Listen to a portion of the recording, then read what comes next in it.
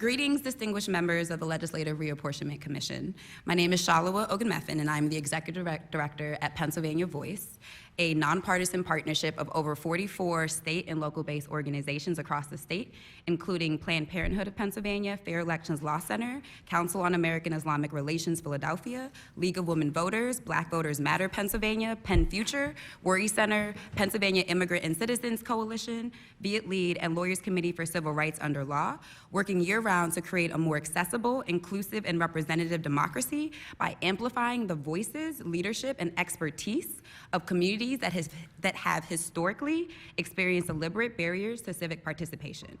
From our extensive work leading across the state on the praxis of racial equity, voting rights and access, and civic engagement, we know that elections are decided before anyone has the opportunity to vote. Thus, in 2017, our redistricting work group, including Make the Road Pennsylvania, Campus Vote, Amistad Law Project, One Pennsylvania, CASA, CMAC, Alliance for Climate Education, and Common Cause Pennsylvania, who was able to testify earlier today, identified the critical need to prioritize racial equity in the 2021 redistricting process to ensure equality of rights and representation that reflects the racial and ethnic demographics throughout the Commonwealth. We've partnered with advocates across the country, including Fair Representation in Redistricting, Equitable Democracy, and Ohio Organizing Collaborative, to ensure that our analysis around racial equity is the most sophisticated in the state. We established a statewide coalition of over 100 unique organizations, Keystone Counts, which engaged deeply in ensuring Black, Latinx, and AAPI and Arab communities completed the census. Our field program, the largest non-governmental effort in the country, reached over 405,000 households, 405,000 traditionally undercounted households, in order to provide accurate data to inform this process. As of the 2019 America Community Data Survey, Black, Indigenous, and communities of color across the Commonwealth account for 24% of the population. And although these communities are the fastest growing, the representation of our interests does not translate to Pennsylvania State Legislature. Current district lines do not account for Pennsylvania's rapidly shifting demographics, whose population growth is being entirely driven by growth in the Black, Latinx, Asian American populations, and communities outside of the densely populated urban core, counties that include Lehigh, Berks, Lancaster, and York. Our population share in the Commonwealth has grown by 4% in the last 4 years alone. Political maps drawn in 2021 must reflect the rapidly changing demographics of our Commonwealth and create opportunities for BIPOC communities, that's the Black, Indigenous, people of color, I'm just gonna shorten it, which historically have been undercounted in the census and often left out of the redistricting discussion to have equality of rights. That begins not with the final maps, but with this process. The current maps solidify 30 years of racial inequity. In order to produce a truly equitable result, we need to start the map drawing process with blank, unbiased maps. Otherwise, we will fail to meet the state constitutional mandate that all aspects of the electoral process, to the greatest extent possible, be kept open and unrestricted to the voters of the Commonwealth, and also conducted in a manner which guarantees, to the greatest extent possible, a voter's right to equal representation and participation in the electoral process. Communities of color in Pennsylvania are growing at 12 times the rate of the white population.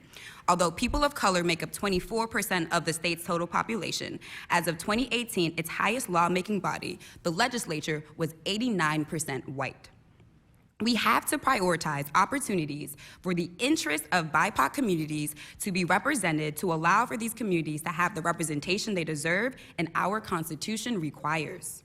While we do recognize that the Legislative Reapportionment Commission has taken amazing steps to ensure greater transparency and public input in this process, there are multiple ways that the LRC can take going forward to ensure that BIPOC voices are heard and that racial equity will be a core consideration in the drawing the maps. For example, our partners at CASA and Make the Road have monolingual Spanish speakers excited about testifying, but as of yesterday, we were unsure of the process to include their voices. We appreciate the value of expertise in an undertaking as complicated as this, but it is notable that all of the staffers hired by the LRC and all of their expert witnesses invited to testify before today have been white. We cannot have an equal opportunity to translate our votes into representation if we do not have adequate opportunity to participate and testify during the redistricting process, as community leaders and experts. To that end, we are suggesting 5 simple actions that the LRC can take to dramatically improve inclusion for BIPOC voices in this process and ensure that all Pennsylvanians have a seat at the table.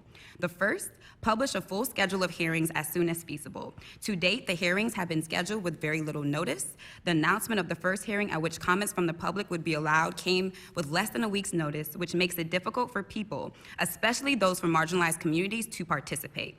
2, create room at each of these hearings for public comment, in addition to the provided testimony of academic, legal, and administrative experts.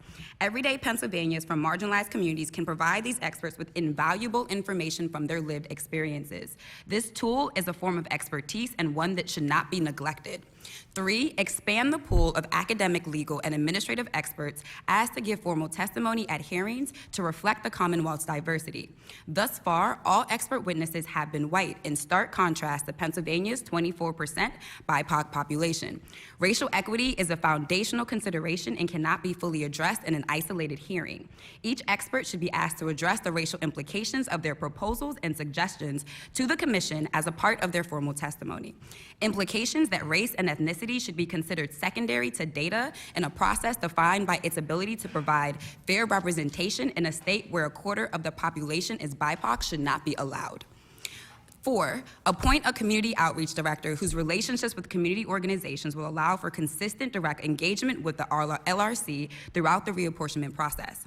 All of the topics for consideration to the LRC require nuance and intentionality in order to achieve truly fair and equitable representation, including process considerations such as language access, accessibility, and outreach, in addition to mapping considerations such as census population versus voting eligible population, racial and ethnic voting patterns, as well as the behavior and patterns of the neighboring white voters. 5, draft the 2021 legislative maps de novo. Cementing 30 years of inequity by legitimizing Pennsylvania's current legislative district maps will not allow for the growing populations in Pennsylvania to govern themselves and represent their own interests. Transparency is a great start to a process that allows for equitable representation and redistricting, but full inclusion for all residents of Pennsylvania should be our standard. The LRC should follow through on its stated commitments and uphold its constitutional mandate. As a Pennsylvania-based expert in inclusive democracy, I plan to submit written testimony that speaks to racial equity in Pennsylvania's process, but the limitations of time created by the inclusion of my testimony as public comment, along with other 30 individuals within a 2-hour hearing, restricts my ability to expound. We at Pennsylvania Voice, along with our partner organizations, stand ready to offer our expertise as required to ensure equitable representation for all of Pennsylvania as our Constitution and the Voting Rights Act require. Thank you so much for my testimony today. Thank you very much for your testimony and for your written submission.